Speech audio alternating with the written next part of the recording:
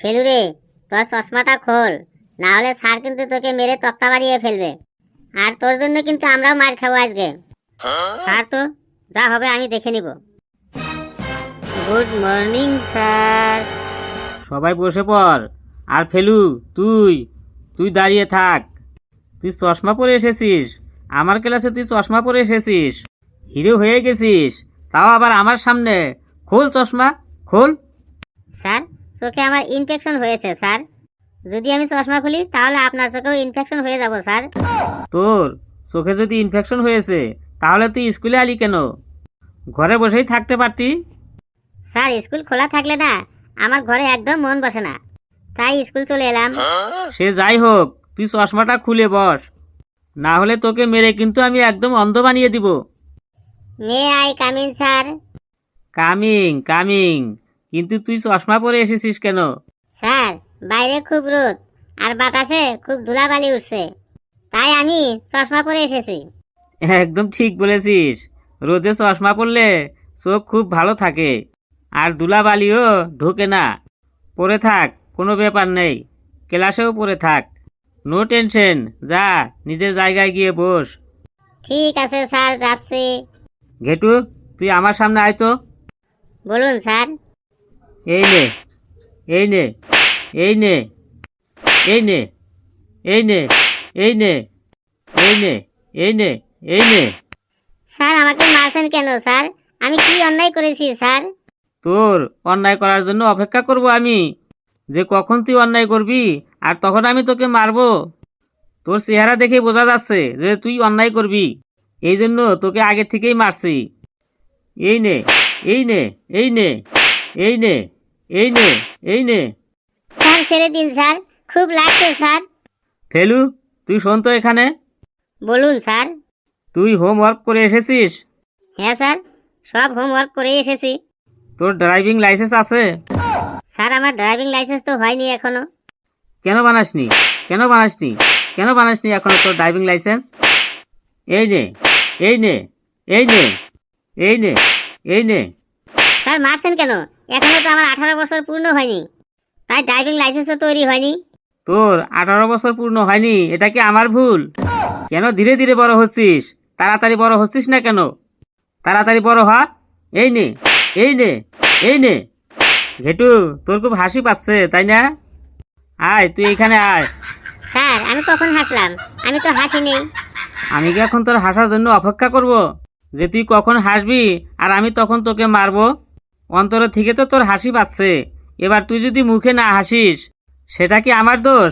এই নে, এই নে, এই নে। কামিং স্যার, ভেতরে আসছি। ভিতরে কেন এলি? আমি তোকে পারমিশন দিয়েছি ভিতরে আসার। কোথায় ছিলি তুই? তুই এত লেট করলি কেন? তুই জানিস না স্কুল কখন শুরু হয়? এটা কি তুই দাদির বাড়িতে এসেছিস, যখন খুশি আসবি আর যখন খুশি যাবি? স্যার, সত্যি কথা বলতে আজকে ঘুম থেকে উঠতে আমার একটু লেট হয়ে গেছে, তাই স্কুলে আসতে আমার একটু লেট হয়ে গেল। তোর অজুহাতটা আমার খুব একটা ভালো লাগলো না। আমার একটা ভালো দেখে অজুহাত বানা, তারপরে আমাকে বল। স্যার, আমি কোনো অজুহাত দিচ্ছি না, সত্যি সত্যি বলছি, আজ আমার ঘুম থেকে উঠতে একটু দেরি হয়ে গেছে। আচ্ছা, তুই আমার মুখে মুখে তর্ক করছিস? এই নে, এই নে, তোর খুব সাহস হয়েছে তাই না? এই নে, এই নে, এই নে। স্যার, ছেড়ে দিন স্যার, এমনিতেই আমার শির দ্বারাটা বেঁকা হয়ে আছে, তাহলে যদি আপনি মারেন তাহলে তো আমার শির দ্বারাটা আর কখনো সোজা হবে না। স্যার, ওকে আর মারবেন না, ছেড়ে দিন স্যার। আচ্ছা, ওকে মারলে তুই আমাকে কি করবি বল? তুই আমার সামনে আয় তো, তুই আমার সামনে আয়। স্যার, কালুকে মারলেন, ওটা আমি মোবাইলে ভিডিও করে রেখেছি, একদম এইচডি ভিডিও, 1 মিনিটেই আমি ভাইরাল করে দিব। আচ্ছা, ভিডিও করছিলি তুই তাই তো? এই নে, এই নে, ভাইরাল করবি তুই আমার ভিডিও। এই নে, এই নে, কর ভাইরাল, কর ভাইরাল, দেখি কেমন তুই ভাইরাল করিস। এই নে, এই নে, এই নে, কর রেকর্ডিং, যা করার কর। তোর মুখের সেপ আজকে মেরে এমন করে দিব না, তোর বাড়ির লোকেরাই আজকে তোকে চিনতে পারবে না। এই নে। আপনার টিচার না হয়ে পুলিশ হওয়ার দরকার ছিল। কিছু বললি? না স্যার, আর কিছু বলিনি। যা, জায়গায় যা। শোনো গুণধর ছাত্র ছাত্রীরা, তোরা তো জানিসই যে এই সময় এই শহরের সব থেকে শ্রেষ্ঠ বিচার তোদের ক্লাস নিচ্ছে। এই বছর আমাদের লক্ষ্য থাকবে আমরা 1 বছরের সমস্ত সিলেবাস 1 মাসের মধ্যেই শেষ করে ফেলবো। তোদের যত বই আছে সব বই একদম হাওয়ার গতিতে শেষ করব, কিছুই বাকি রাখবো না। চলো তাহলে শুরু করি হাওয়ার গতিতে চলার জন্য। সবাই তৈরি হয়ে যাও। ফেলুরে, স্যার মনে হয় একটু বেশি বেশি বলছে, তাই না? চুপচাপ সাইডে ফিরে থাক, না হলে কিন্তু স্যার আমাদেরকে মেরে একদম মুখের সাইজ চেঞ্জ করে দিবে এবার। এই কি বলি রে তোরা? ওয়াও, স্যার 1 বছরের সিলেবাস সব 1 মাসের ভিতরে শেষ করে দেবেন? তাহলে তো একদম মজা এসে যাবে। হ্যাঁ স্যার, এটা আপনার দ্বারাই একদম সম্ভব। You are the you are the you are the most popular and intelligent and talented teacher in our শহর। তো প্রিয় ছাত্র ছাত্রীরা, সকলে সব কিছু বুঝে গেছো তো? আর যদি না বুঝে থাকো তাহলে একবার কেন হাজার হাজার বার আমাকে জিজ্ঞাসা করতে পারো। আমি তো তোমাদের বোঝানোর জন্যই আসি, আর এই জন্যই তো আমি পেমেন্ট পাই। বলো, কে কি বুঝতে পারো নেই বলো, আমাকে লজ্জা করো না, বলো। স্যার, আমি কিছু বুঝতে পারি নেই, আমার মন অন্যদিকে ছিল। প্লিজ আমাকে আরেকবার ভালো করে বুঝিয়ে দিন। কোনো ব্যাপার নেই বেটা, এই জন্যই তো আমি আছি, এই জন্যই তো আমি মাস মাস পেমেন্ট পাই। একবার না, তুমি হাজার হাজার বার জিজ্ঞাসা করতে পারো, যতক্ষণ বুঝতে না পারবে ততক্ষণ জিজ্ঞাসা করে যাও। এই জন্যই তো আমি মাস মাস পেমেন্ট পাই। তাহলে বলুন স্যার। আমরা 1 বছরের সমস্ত বই এবং সিলেবাস 1 মাসের মধ্যেই খুব সুন্দরভাবে হাওয়ার গতিতে শেষ করে দিব। তোমাদের সব বিষয়ে একদম বাঘ বাচ্চা বানিয়ে দিব, একদম বাঘ বাচ্চা। Hindi, Bangla, chemistry, maths, geology, geography, একদম সব বিষয়ে বাঘ বাচ্চা বানিয়ে দিব। বুঝলে বেটা? ঠিক আছে স্যার, বুঝে গেছি। Thank you. আমি বলতে চাইছি, যত খুশি আমাকে জিজ্ঞাসা করো, কিন্তু তোমার সব কিছু বুঝতে হবে। একবার না, দুবার না, 100 বার না, হাজার হাজার বার জিজ্ঞাসা করো, যাতে তুমি পরীক্ষায় ভালো রেজাল্ট করতে পারো। আর এর জন্যই তো আমি পেমেন্ট পাই, তাই না? Okay sir. এখানে আর কেউ আছো যে আমার কথা বুঝতে পারোনি? লজ্জা না করে আমার সামনে চলে এসো, আমি ভালো করে বুঝিয়ে দিচ্ছি। তোমরা কেউ লজ্জা করবে না। হাজার হাজার বার আমাকে জিজ্ঞাসা করো, আমি হাজার হাজার বার বুঝিয়ে দিব। যে না বুঝতে পারবে সে আমার সামনে এসো, আমি ভালো করে বুঝিয়ে দিচ্ছি। এই বোঝানোর জন্যই তো আমি পেমেন্ট পাই। স্যার, আমি ভালো করে বুঝতে পারিনি, আমাকে একটু ভালো করে বুঝিয়ে দিন। ও তাই, তুমি ভালো করে বুঝতে পারোনি? এই নে, এই নে, এই নে, মাথায় তোর বাট্টা খা। ক্লাসে তোর মন থাকে না? এই নে, এই নে। কি করিস তুই ক্লাসে? ক্লাসে কি তুই ঘুমাস? এই নে, এই নে, এই নে। একটি জিনিস কতবার আমি বোঝাবো তোকে? স্যার, এবার আমি সব বুঝে গেছি, আমাকে ছেড়ে দিন। যা, জায়গায় গিয়ে দাঁড়িয়ে থাক। আর কে কে দাঁড়িয়েছিলি? ঘেটু আর ফেলু, তোরা দুজন দাঁড়িয়েছিলি, মানে আমার কথা বুঝতে পারিসনি, তাই তো? না স্যার, আমার পাটা একটু টনটন করছিল, তাই আমি একটু দাঁড়িয়েছিলাম। আমি সব বুঝে গেছি স্যার, একদম আপনি যা যা বলেছিলেন সব বুঝে গেছি, একদম ডিটেলসে বুঝে গেছি। হ্যাঁ স্যার, ঘেটু ঠিকই বলেছে, আমারও পাটা একটু টনটন করেছিল, তাই আমিও একটু দাঁড়িয়েছিলাম। আপনার কথা সব বুঝে গেছি স্যার, আপনি যেভাবে বুঝালেন আপনার সিলেবাসটা একেবারে জলের মতো মুখস্থ হয়ে গেছে।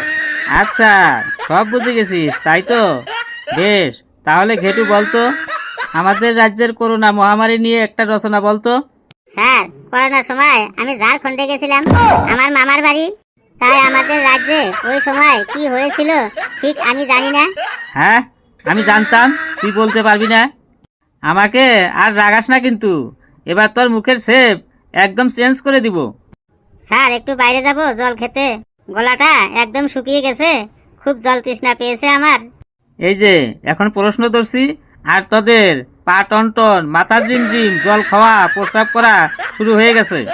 কোথাও যেতে পারবি না, চুপচাপ দাঁড়িয়ে থাক, না হলে কিন্তু তোরও আমি মুখের শেপ চেঞ্জ করে দিব।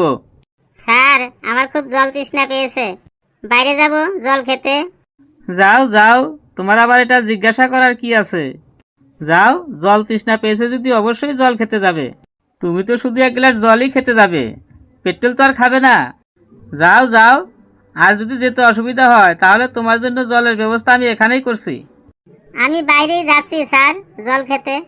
যাও যাও, যত খুশি জল খেয়ে আসো, যাও।